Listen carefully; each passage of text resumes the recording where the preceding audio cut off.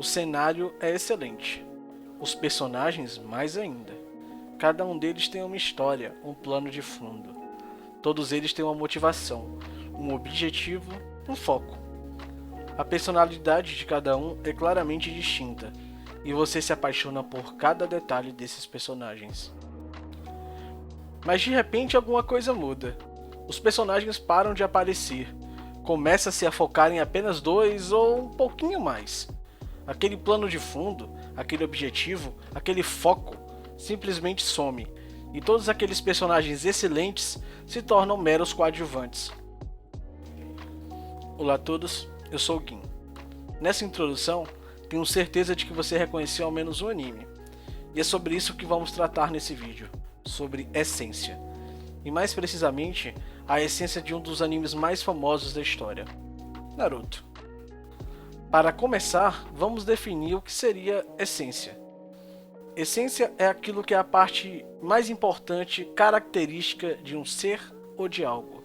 Ou seja, é aquilo que te acompanha por onde for, e geralmente você é reconhecido por isso. Trazendo isso para o contexto dos animes, nós temos diferentes essências para diferentes gêneros. Geralmente as coisas são bem parecidas, pois seguem um padrão. O padrão do shonen é a vontade de se superar, de enfrentar os desafios, obstáculos. Aquele que começou de pequeno e evolui a cada dia, tendo o objetivo central. Mas o que quero trazer como essência é algo ainda mais profundo que isso, vem na narrativa de cada um dos escritores, a forma como ele emprega seus pensamentos e como ele desenvolve as suas ideias. Não existe melhor mangá para falar disso do que Naruto, simplesmente pelo fato de que muito do que é contado no clássico se perde depois de um tempo. Pois em Naruto clássico, nós temos muitos elementos interessantes e que mesmo para um padrão de shounen, chamam a atenção e prendem as pessoas que estão assistindo. Não é à toa que o sucesso de Naruto foi estrondoso e as pessoas do mundo inteiro conheceram. No Brasil, é um dos animes mais famosos que já existiram, mesmo que sua popularização viesse muito tempo depois do seu lançamento, pois até mesmo antes dele ser dublado, já existiam vários fãs. O que conquista no Naruto clássico, a princípio, não são só as lutas. Primeiramente temos o Naruto, como um jovem odiado, que não era respeitado por ninguém. Era jogado e ninguém acreditava que ele ia ser alguma coisa um dia. Mas ele não era dramático, não era pessimista. Muito pelo contrário, queria se tornar o ninja mais poderoso de sua vila e provar para todos o seu valor. É muito difícil não sentir compaixão pelo Naruto. O Naruto pode ser um pouco duro às vezes. Talvez você não saiba disso, mas o Naruto também cresceu sem pai e não teve nenhum amigo em nossa aldeia. Mas não é do desenvolvimento dele que eu quero falar, até porque a evolução dele como personagem é uma das mais magníficas que apareceram nos últimos tempos. Você acompanha o passo a passo dele e consegue realmente ver o que ele se tornou, sem forçar a barra, sem evolução de uma hora para outra em questão de personalidade. E isso são poucos os animes que fazem. Mas no clássico, nós temos outros aspectos. Temos vários personagens que são introduzidos e mais conhecidos como os 11 da Folha. Seria 12 se incluirmos o Sasuke, mas como geralmente é chamado assim, vou falar dessa maneira.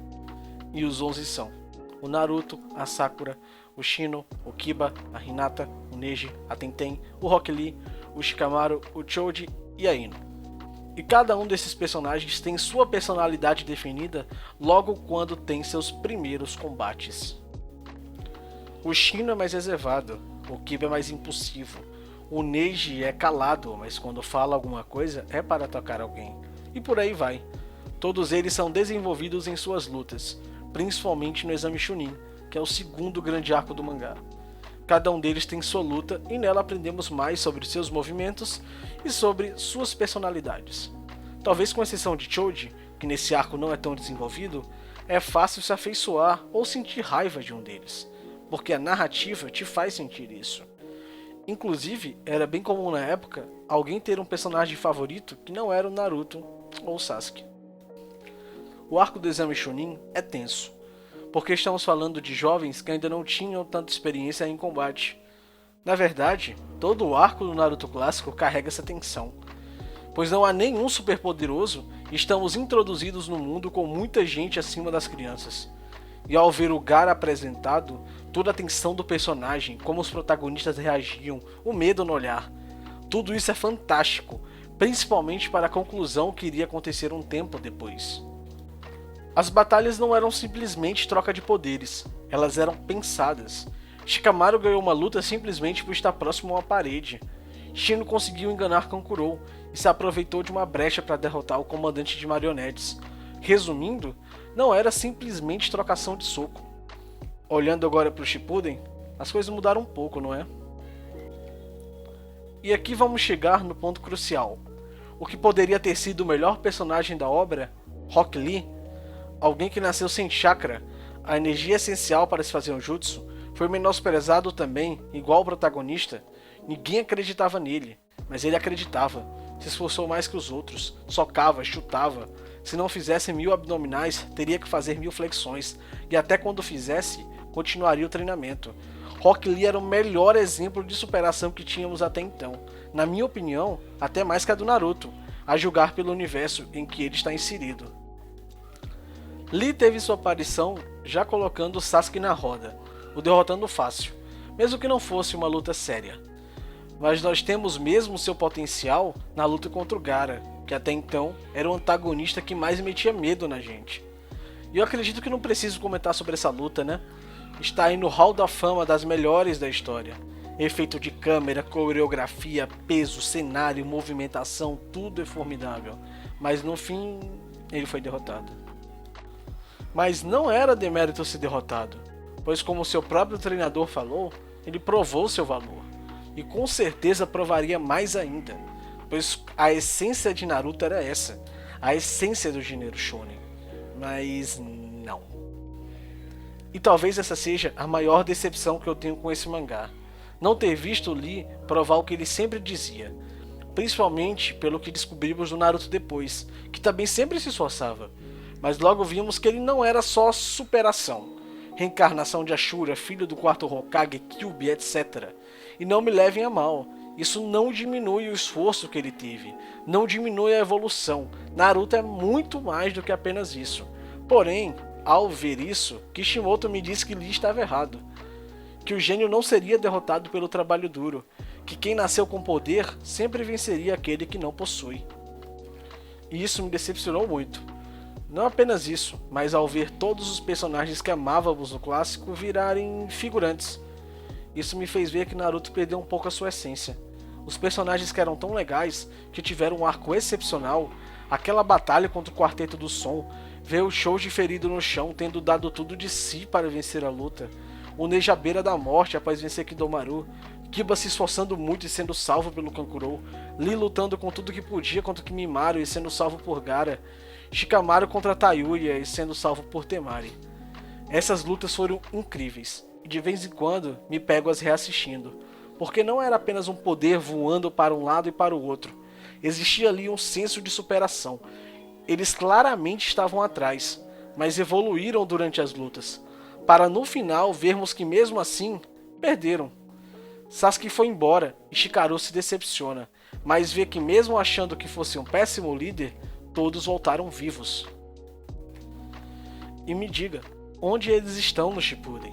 Além do arco de Kakuzu e Hidan, quando vemos esses personagens serem reaproveitados de novo? O foco mudou. Naruto e Sasuke realmente precisavam de tempo, mas o suficiente para você jogar a essência que tinha de lado? Eu sempre vou amar Naruto. Foi um anime que marcou minha infância, e contar isso aqui para vocês me fez sentir muito nostálgico. Mas o Shippuden, mesmo que eu goste, e existem muitos elementos que eu gosto dentro do anime, para mim ele esqueceu um pouco o que era ser Naruto. E essa talvez seja uma grande decepção que eu carrego comigo. E vocês podem se perguntar quais foram os motivos que levaram isso a acontecer. E eu vou responder que são vários, e que rendem um vídeo próprio, pois realmente se há muito o que falar. Em breve eu trarei ele para vocês. No final, Naruto é uma grande experiência. Tem um grande protagonista, tem uma grande história, com seus altos e baixos, é verdade. E eu sempre me lembrarei dos momentos que tive com o Naruto clássico. E reafirmo que não é apenas saudosismo da minha parte, e sim que Naruto disputa em alto nível com os melhores mangás da história. Obrigado por assistirem, considerem se inscrever no canal, deixar o seu like e compartilhar com algum amigo que também ama Naruto. Até a próxima.